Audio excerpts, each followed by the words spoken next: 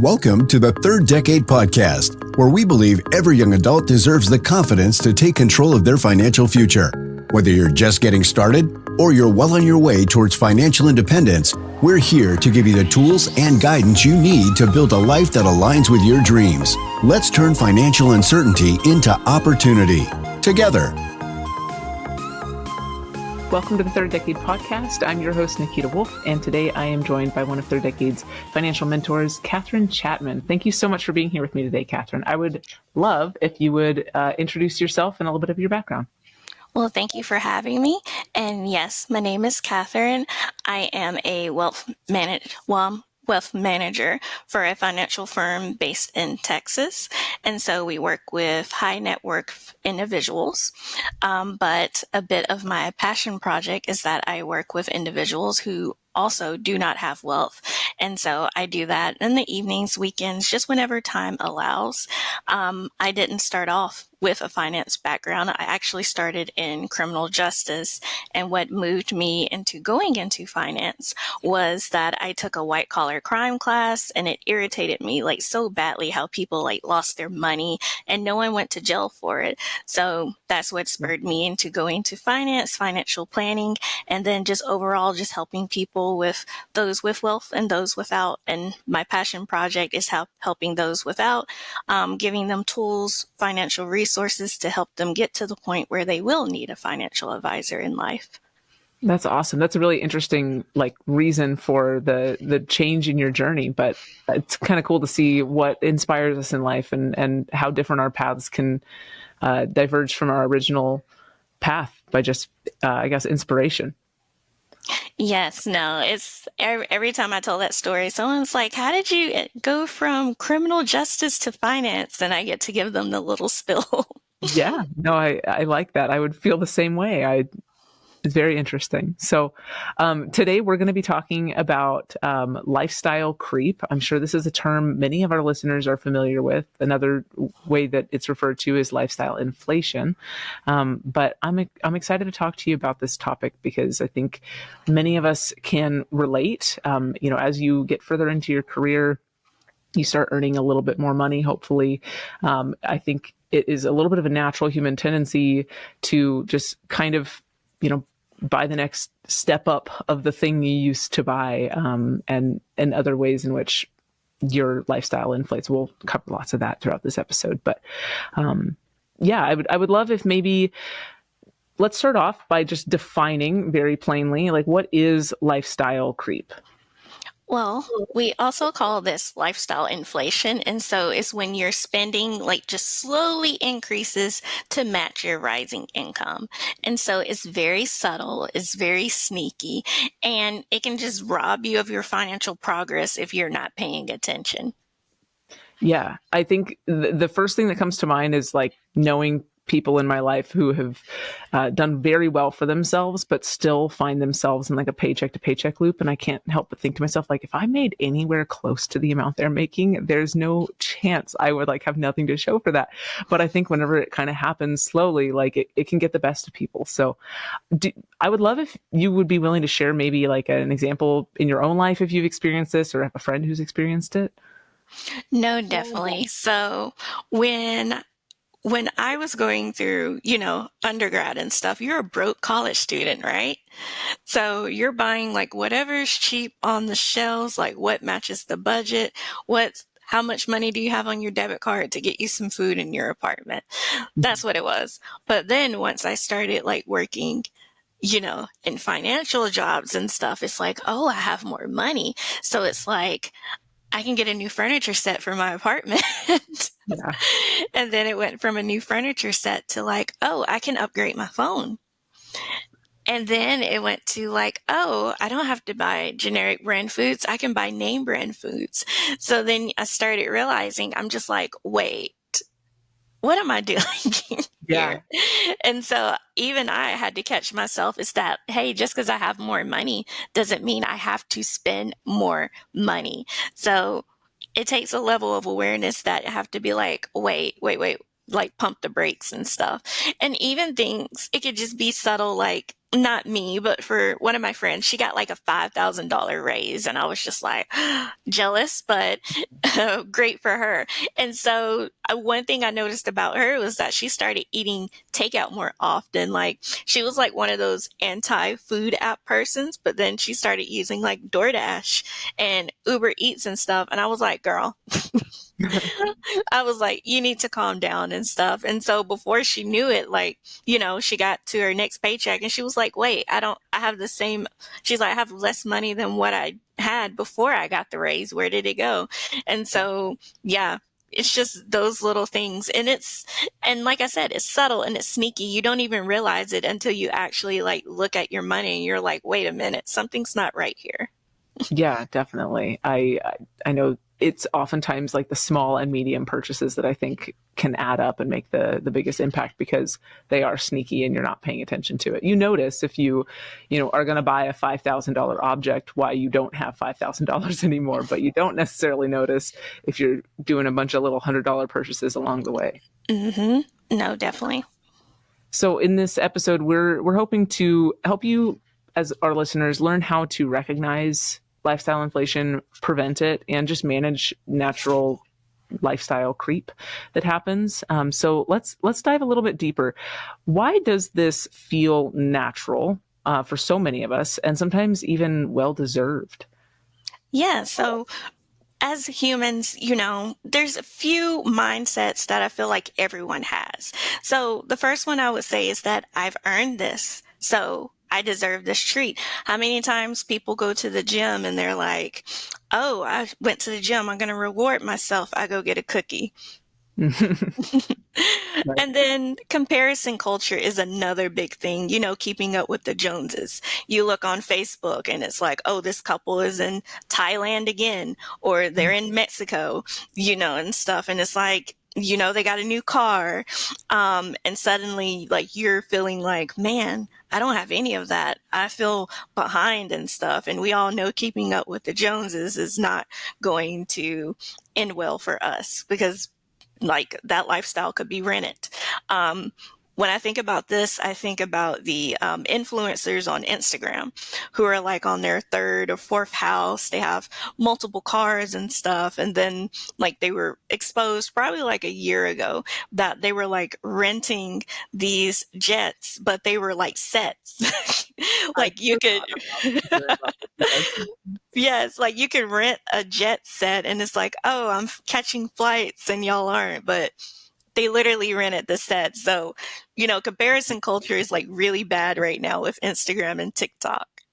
Yeah. And then lastly, I would say convenience and emotional spending would be the last one. So, you've had a long day at work, you come home, you don't want to cook anything, and you call DoorDash to bring you food. Even like subscription boxes. Like, from this brand you like, they send it every month, that's like your little treat. But little upgrades like that, they're small, but they add up fast. And that's the sneaky part of it. Yeah. And I guess we'll talk a little bit more about this later in the episode too, but we're not saying, don't ever do these things. We're just saying don't do them mindlessly. Like be aware of the trade-off that you're making if you do decide to purchase a subscription box or something like that, or use convenience type of services. But yeah, this is, I think, something that I even struggle with. So I'm sure a lot of our listeners are already kind of relating to some of the examples that you're giving. So some other examples that I have thought about as like kind of subtle ways that things can creep is like, back in the day, I like had a very minimal like phone plan, like 2 gigabytes. It was honestly, and I had to share it with my husband. It was not enough.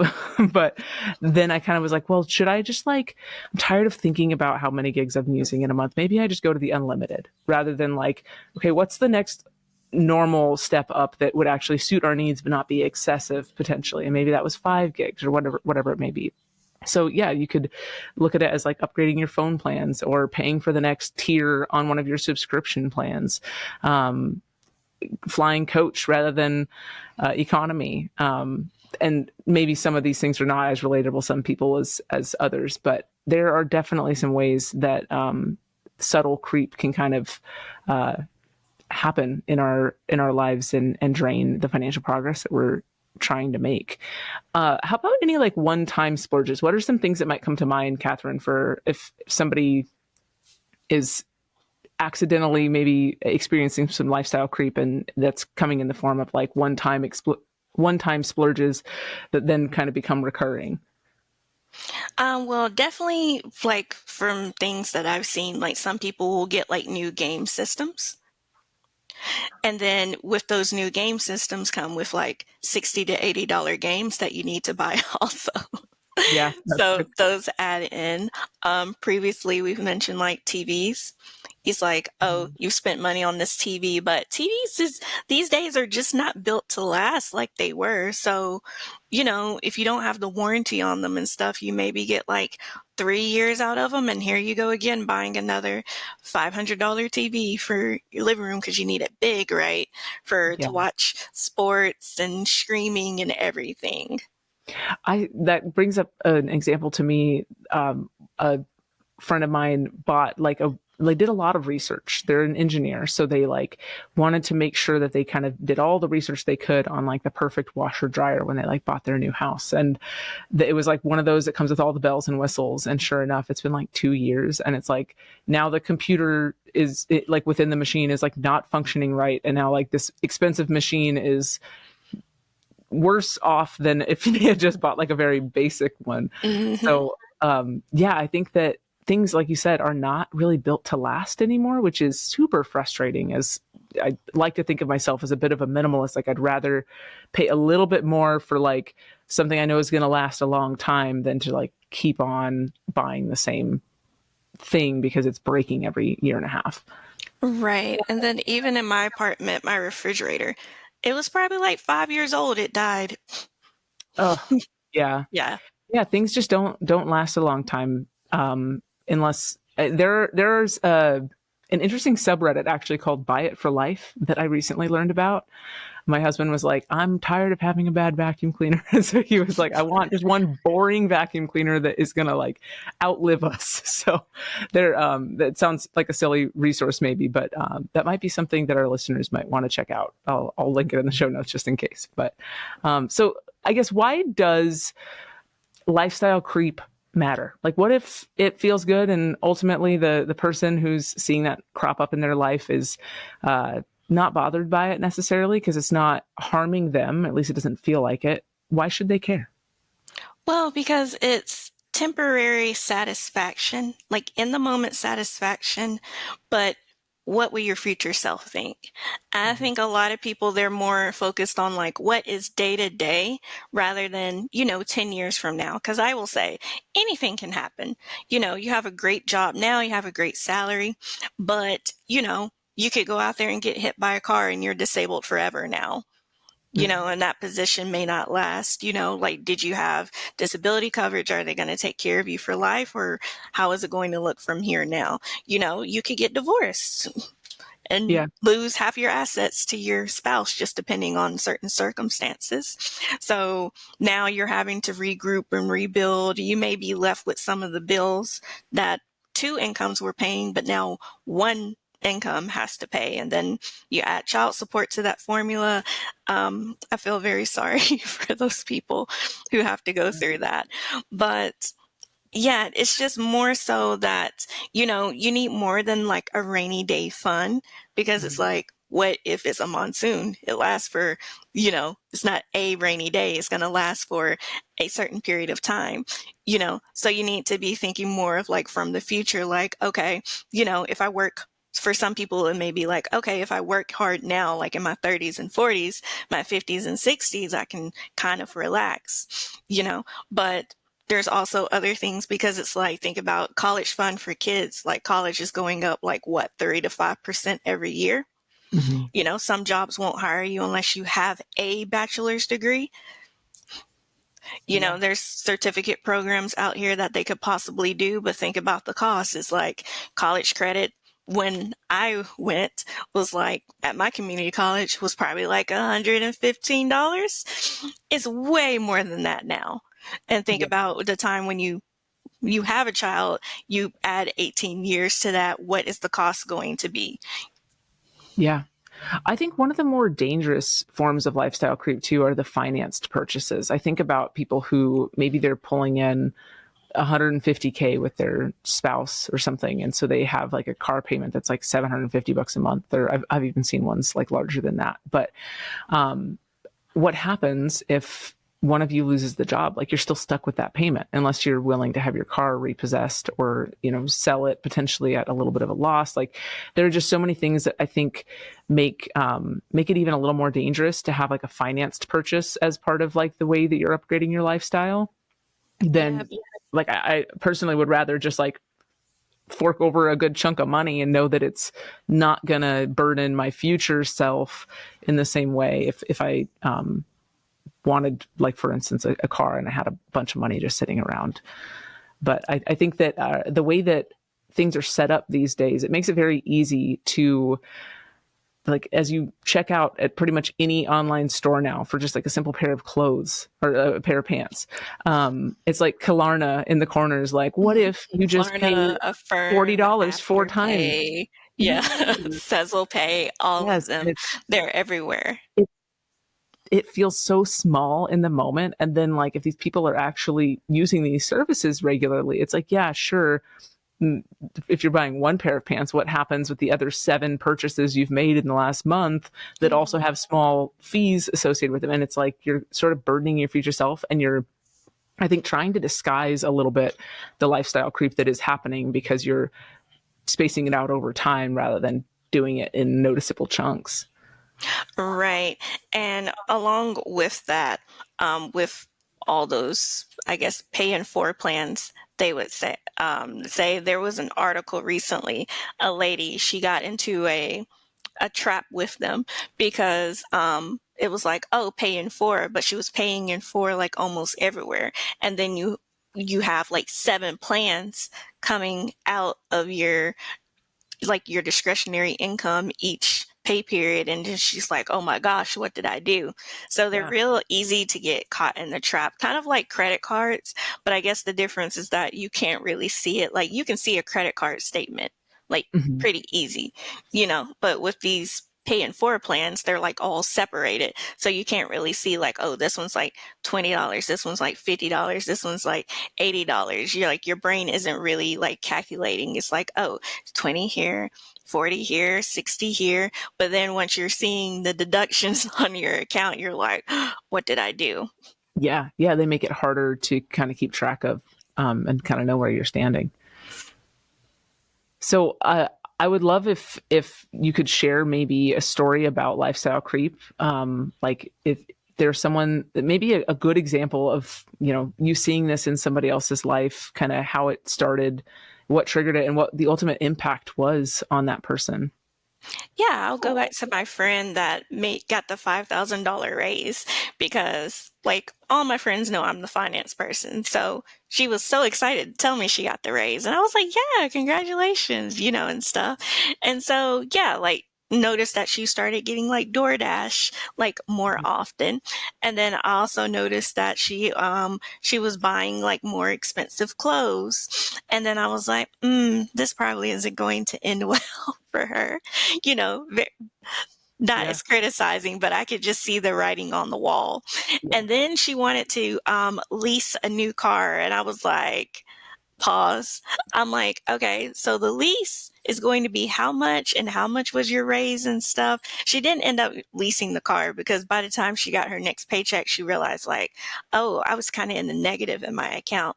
And I was like, well, yeah, you started spending more, you started eating more, you started buying more things for your house and things. It's just like, it's invisible. Because you're literally just like, oh, I have extra money. I can kind of get this and this things that I've wanted. And there's nothing wrong with that. You should be able to buy things that you want. You should be able to treat yourself, like maybe like once a month, I would say, but not every day. Maybe not every week.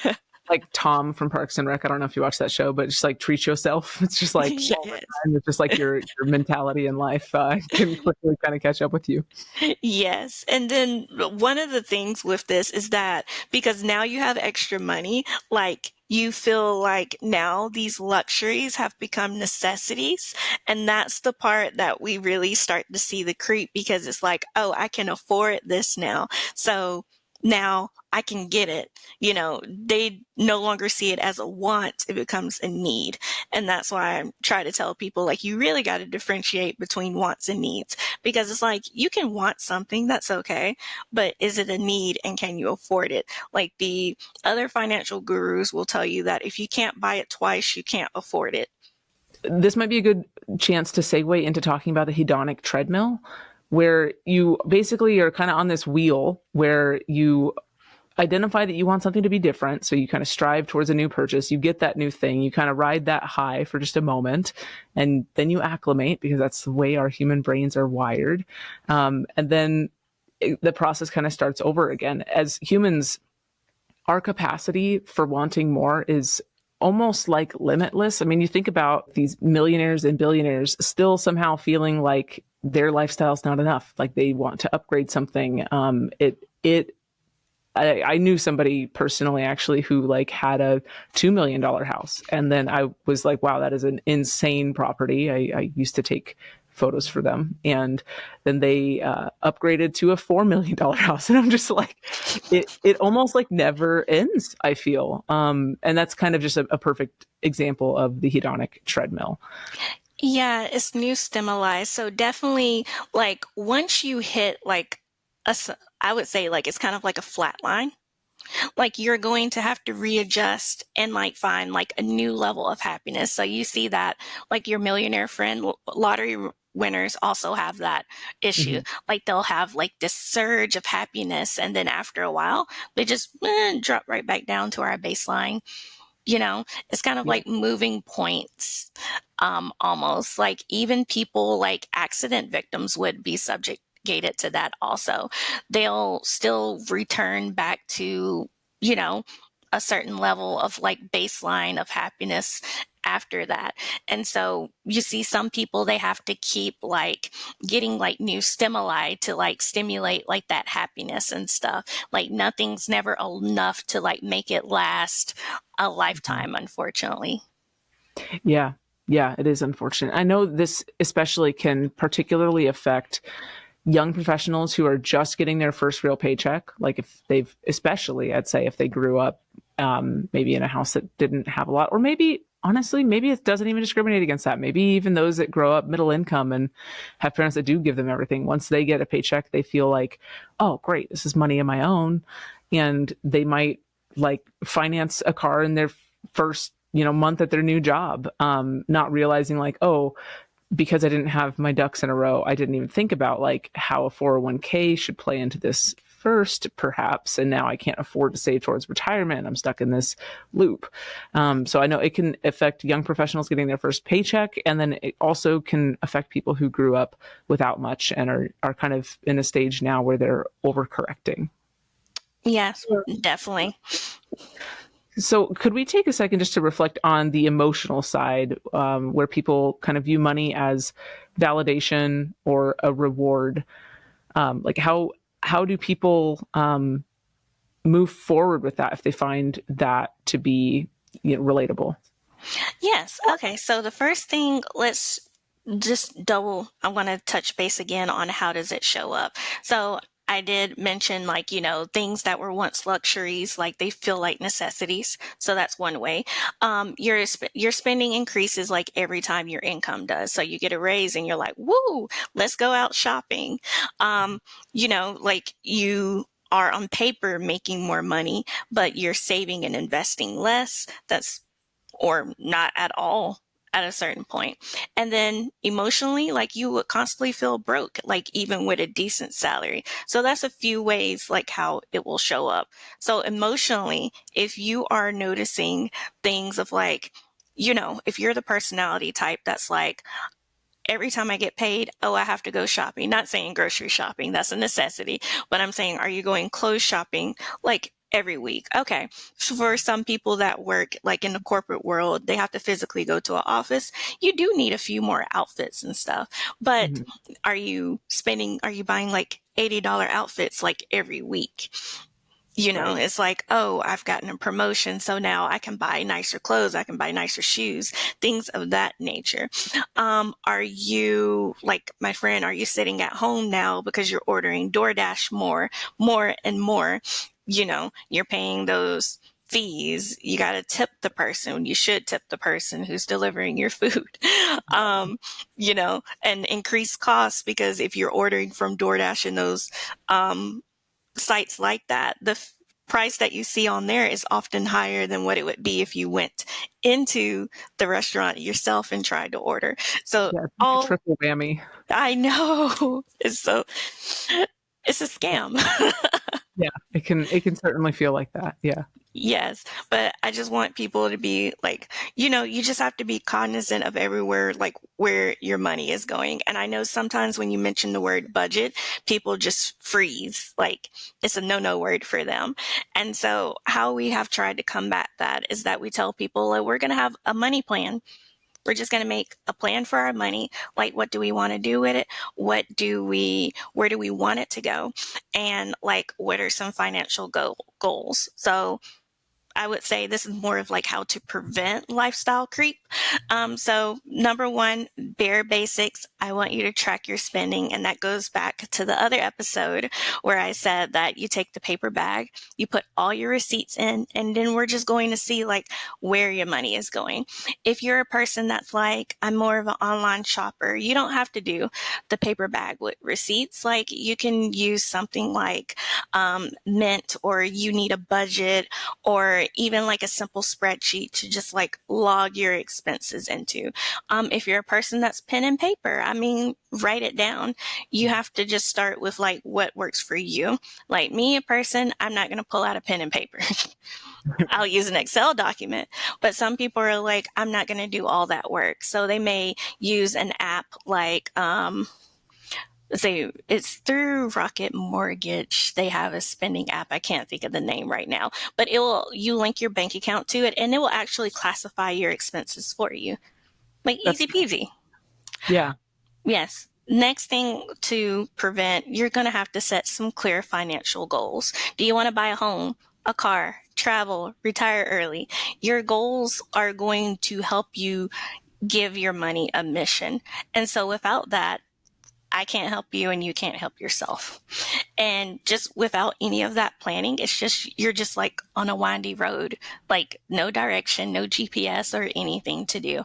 And I think that's where a lot of people are. That's where the issue, because again, a lot of people, they think about the day to day. They're not thinking, 10 years from now. They're not even thinking 5 years from now of like, what if something happens and I no longer have this cushy job? Like, where is that going to leave me? And so a third important thing, I want people to create a budget that grows with you. You can have majority of the things that you want in life. You can, like, if you want to go get your hair done every week, you can. Just be smart about it. Like, do you need a $300 hairstyle every week? Like, no. Yes. There was one lady, she, getting your hair colored is pretty pricey. That's a pretty pricey service. But what we had encouraged her to do is to reach out into hair schools instead, because those students are learning.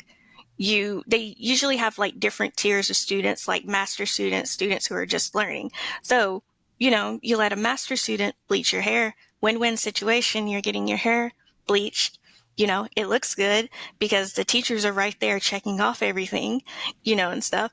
And you're not spending $200 and something on this service. You're spending closer to like $100 and something, and you can still tip that student who's learning, and they're getting their hours to graduate. So very nice relationship for everyone.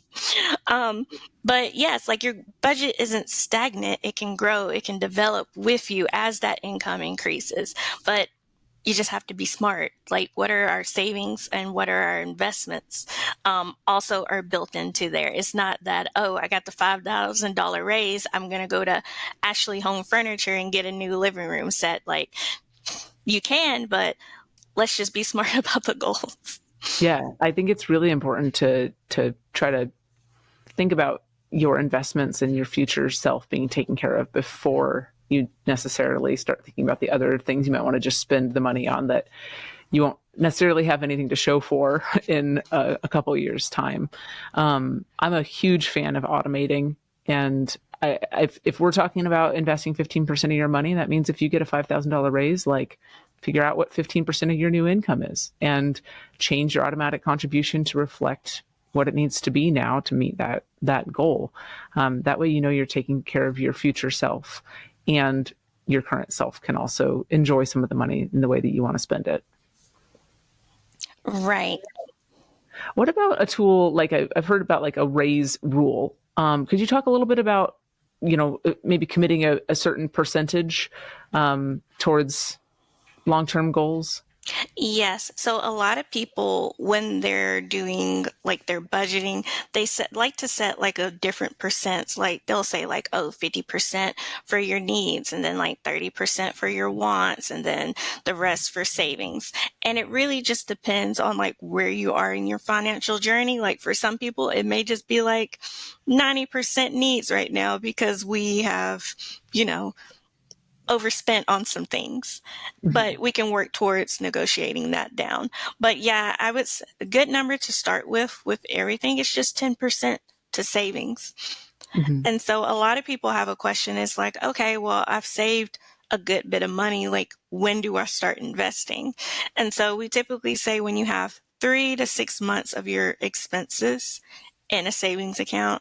And I would say not just a savings account, I would say a high yield savings account, most definitely, to put that in because it's helping you, you know, reach your goals faster. So once you have that in there, then we can turn into investing. And then we're not going to be callous with our investing. Like we're going to either go into mutual funds, index funds. Like we're not going to like stock pick any of that. Like we're going to be safe. Yeah. Yeah, definitely. I'd like to maybe shift into talking about mindset, just talking about value-based spending and ways that we can be intentional about the upgrades that we do choose to make. So could you talk a little bit about how someone could make that decision for themselves and determine what is really lifestyle creep versus what is like an intentional like lifestyle upgrade maybe? Yeah, because it's easy to, well, let me back up. I wouldn't say it's easy because we're in this we're in this now. So I would say there is a thing I would call it a spending triage. And so you will say, what do you actually need? And then what is just extra? And so you can look at, let's just say someone's in an apartment, maybe like not in the nicest neighborhood. We can look at things. It's like, okay, I want to move my family to this better area. You know, I want better for my family. That's definitely a value, but we're going to have to put a price tag on that and see if we can afford it. Because it's like, let's just say that we move 3 months later, I lose my job. Are we going to be in trouble? Yeah, that's a great point. Yeah. So I would say just do like the triage and just say, put your wants, your needs, what are things that you want? And then just try to see like, you know, check them off, you know, and stuff. It may be some people, I know there's some people, they don't have furniture in their house. So they do want a nice furniture set.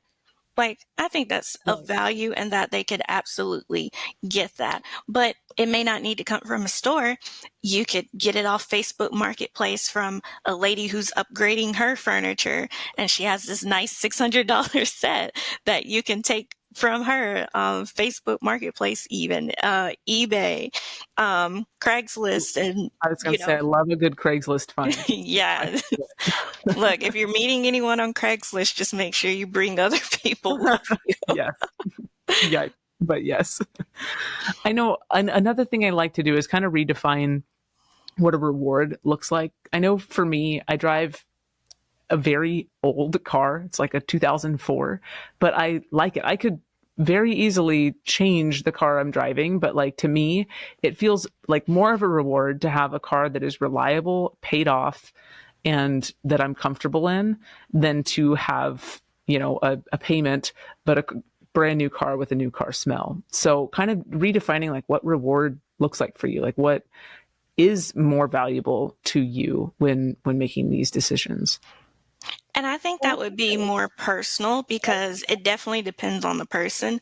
Like for like me, me going and getting a smoothie from Smoothie King, that's a reward because they're like $8 now. That's my reward. But some people, they may justify like, no, I got to get something like $100 as a reward. But yeah, it would definitely come down to the person. And so if we're talking about cars, I would definitely, one thing I would tell people is never buy a new car because as soon as they're off the lot, that value drops.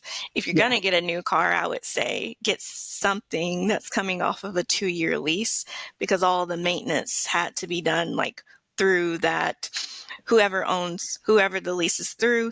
And so, the car is like in good shape and things like that. So, there can be mitigation between of like, I want something new versus like something that's new to me. And I think it may still scratch that same itch that people may get in their brain for a reward. Totally. Yeah. Just a way to still get something that resembles an upgrade to you, but a little bit more thoughtfully and strategically so that it's more affordable. Or yeah, I love being the beneficiary of somebody else's lifestyle creep, like getting someone else's old thing that they wanted the nicer thing of, but their original thing was perfectly nice. I will happily take that off your hands. But I love going to Goodwill in nicer neighborhoods. Yes, totally. Yep. Here in Tucson, we have Oro Valley is drivable, and it's where all the people with money live and donate their stuff. So their Goodwills always have stuff. That's funny. That I'm not the only one that thinks about that. So is there anything else you want to talk about before we kind of wrap up our discussion? Sure. I will give people a few tips of like how to manage lifestyle creep if you're like in it, like currently. So my first thing I would say look for cuts. So are you paying for apps you don't use? Your streaming apps would be the first thing. You could pause them temporarily. That's one thing. You don't have to cut them entirely out of your life. Are you eating out more than you thought? Or is there like a membership that you forgot you had? Like some people forget they have a Planet Fitness membership. They also make it difficult to cancel, but you can try. You have to physically go up there and cancel it. But look for things like that. You can also negotiate your bills, like certain service providers. You can ask for better rates, like your insurance, even your internet, or you can switch to like more affordable plans. Or is there like a step down from the one that you're using now that you can use? And like I said, this isn't permanent. This is temporary. This is to free you up, some money that you can use to get whatever you bought, like out of the picture so you can get back to your normal programming. And then also like all of this is a mindset game. So you would kind of have to like reframe your mindset, which again, that's not something you can do just overnight. This is going to take time. So just because you live well doesn't mean you have to spend more, and you don't have to look rich to build wealth. Mm-hmm. And so I would tell people like the real flex in all of this is just having options and freedom. Yeah, absolutely. I would rather look just like a normal. That's why they say millionaire next door. That's where that concept comes from. It's somebody who seems very normal and unassuming and drives the Toyota and you don't think anything of it. Those people oftentimes are the ones best off than the people who are driving their Range Rovers and always wearing, designer clothes and stuff. The top vehicles owned by millionaires are Hondas and Toyotas. Don't let anyone lie to you. Is that true? Really? Yeah, no, that is true. Wow. All right. I like it. I'm glad I drive a Honda. That makes me feel good. All right. Well, anything else? I want to make sure I didn't cut you off. No, that's all I had for today. Well, I really appreciate you kind of coming up with those tips. I do want to also just encourage our listeners for a couple challenges. I want you to look at your last raise or your increase in income and just see how much of it you're saving or investing. And then to identify one recurring expense that you added in the last year and just ask yourself if you still value it. And it's okay if the answer is yes, but if the answer is no, then get it out of there. get that money back and put it where it belongs and in a way that aligns with your values. So thank you, Katherine, for joining me today and discussing lifestyle creep and all the different ways it can crop up for people. It is very common. I think most people can relate to it in some way or another, but it is manageable, and awareness is a great starting point. And just moving forward with more intention, I think, is kind of the key to managing it well. So if you got a lot out of this episode, please share it with a friend, and we'll link in the episode description any resources relating to the topic. But thanks, Katherine, for joining us. Thank you for joining us on the Third Decade Podcast. Remember, building your financial future isn't just about dollars and cents. It's about empowering yourself to live the life you want. If today's episode gave you new insights or inspired you to take action, we'd love for you to share it with someone who could benefit. Together, we can turn financial uncertainty into opportunity. Until next time, let's continue to embrace the journey ahead and take control of your financial future.